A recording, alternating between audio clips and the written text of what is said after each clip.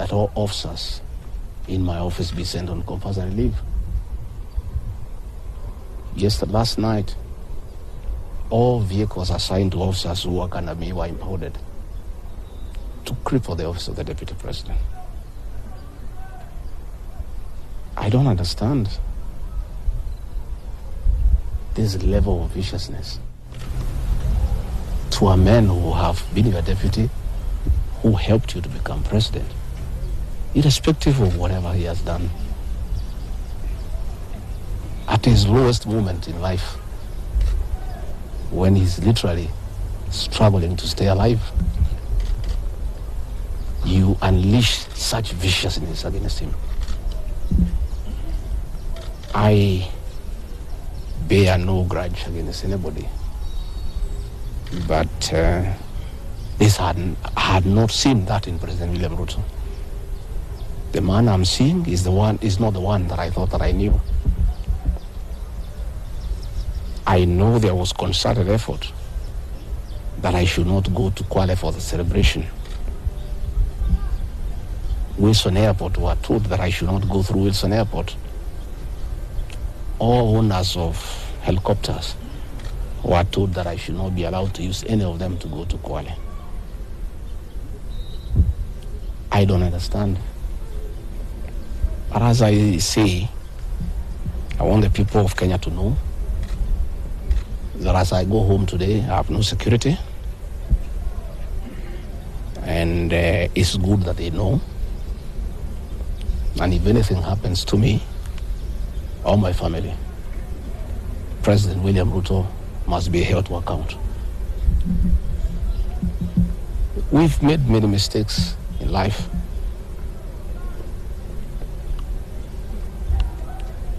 And we keep on learning. I trusted President William Ruto. The people of the region where I come from, the Mount Kenya region, trusted him. In fact, as we were preparing to go to office, nobody else trusted him. Musalia Mudavadi demanded that they must sign an MOU with him, which they did. Moses Wetangula demanded that they must sign an MOU with him, which they did. Amason Kingi demanded the same. Alfred Mutua, everybody else. I'm the only man who trusted him. Verbally, because we are Christians, we used to go to church together. And as a Christian, I believed a fellow Christian that he would never betray me or my people. For the last 1 year, it's been very difficult for me. But I'm a very persevering man, very enduring. And what happened on Thursday is a culmination of continuous persecution and stress for a year. And when I look at it, probably it is history repeating itself. That President William Ruto wanted to take me the route President Daniel Moi took Kenneth Matiba. He pushed Matiba up to getting a stroke and eventually dying. When I look to what the president is doing to me, especially now when I'm in hospital, crippling me, treating me like an animal, I think he wanted to take me the Matiba route. But God is gracious. It didn't happen that way. I hear many of his people are calling here asking whether I'm dead, whether I'll survive, whether I'll recover. They were celebrating. It's the most unfortunate thing that has ever happened in this country. That you can be so vicious to a man who helped you to be president. And the crime of this man, telling you the truth. Don't evict people without compensation, Mr. President. Mr. President, don't overtax people. You are killing them, you are killing their businesses. Don't force a housing program on people. If people do not want these houses, don't force them. My only problem with the president is just being truthful because nobody else can tell him. The framers of the 2010 Constitution wanted a deputy president who is elected as a buffer who can stand for the people. The charity we are being treated for, two, is get rid of an elected deputy president and appoint a control freak. A fellow you appoint who cannot ask a question, who cannot say anything. And I'm sure if they succeed, he'll be asked to sign an undated resignation letter so that in case he starts asking questions, he can just be told to resign. But the framers of the 2010 Constitution were very clear in their mind why they wanted a deputy president who is elected. I'm the only man in the cabinet and in the whole government who can stand up to President William Ruto and tell him, hey brother, this is not right. This Adani thing is not good for the country. There's too much corruption, Mr. President. This how thing is being forced down on the people of Kenya. And they don't like it. Please don't force it down on them. You know, situations where medical equipment that was being supplied by Kenyans to the Ministry of Health now has been given to one single Asian. I say, Mr. President, this is not right. We are killing our business people. So, as we speak, I say that my lawyers are in court. We have faith in our judiciary. And I requested that, according to the rules of natural justice, I be accorded an opportunity to be heard in the Senate. You remember I presented myself to the National Assembly and defended myself. In the Senate, I was there day one. And even when the Speaker asked me to sit down to listen to the charges, I decided to stand up to face my accusers.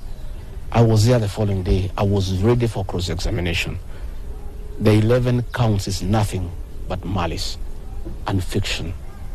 It was a political game by the president to get rid of me. And looking at it, I don't think the president had any intention of ever working with me. I think he just needed me to help him win the election because of my mobilization capacity and the faith the Mount Kenya region has in me. So I should have been given an opportunity.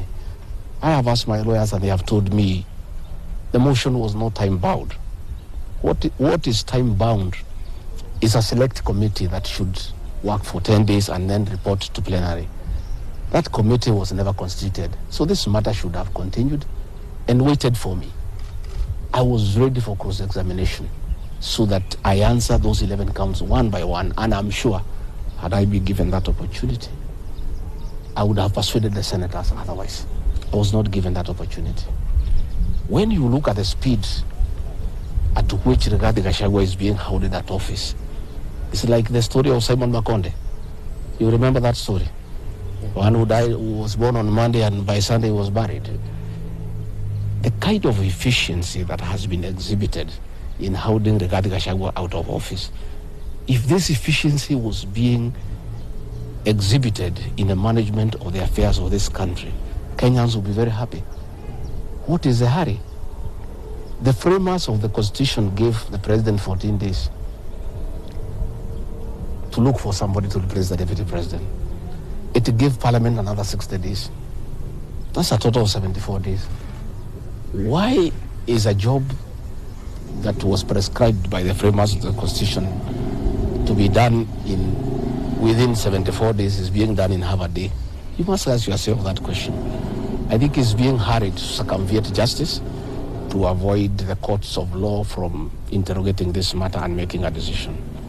The courts told us they don't want to interfere with the process, to let the parliamentary process get finished and then go to them. We have gone to them now. It's over. The courts will interrogate the process and make a determination. But I ask that the president obey court orders. Through a court order, Rigathi Gachagua is deputy president.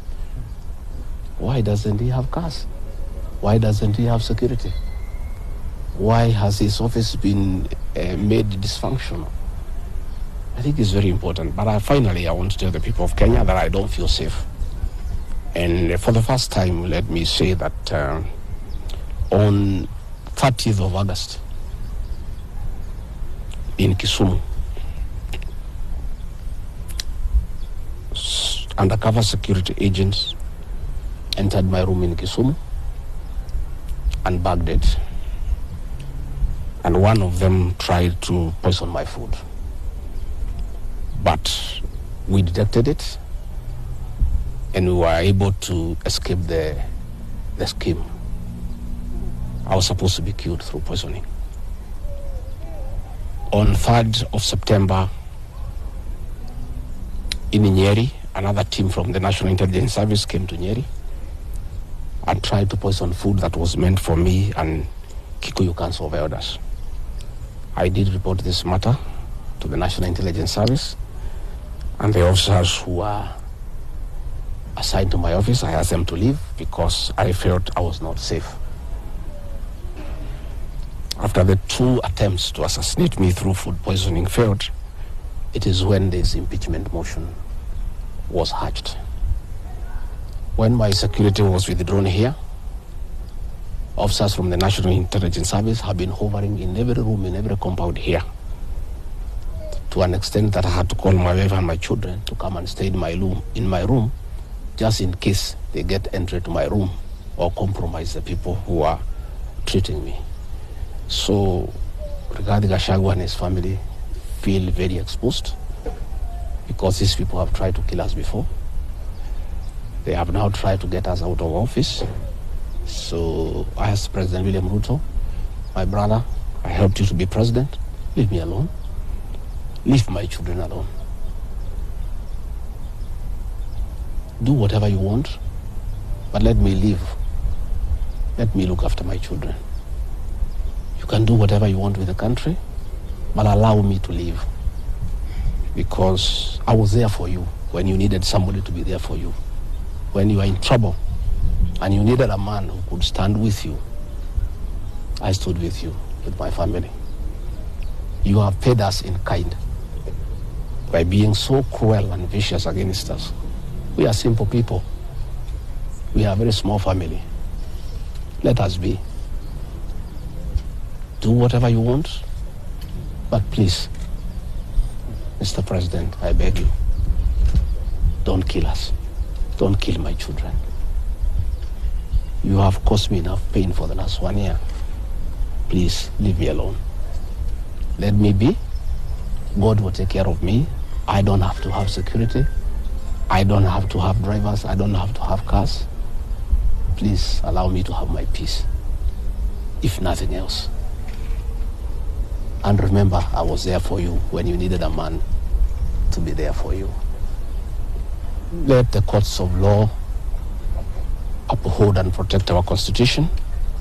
I ask the Chief Justice, Martha Koome, to live true to the fidelity of our Constitution, to make sure that this is a country of the rule of law, to allow the court process to take place and ensure that this process is not nugatory. There are orders asking that Rigathi Gachagua remain in office until this matter is heard and determined. Let it be. Thank you very much. Just a quick point, please. I don't want to say. Leave him alone. Leave him alone. What's wrong?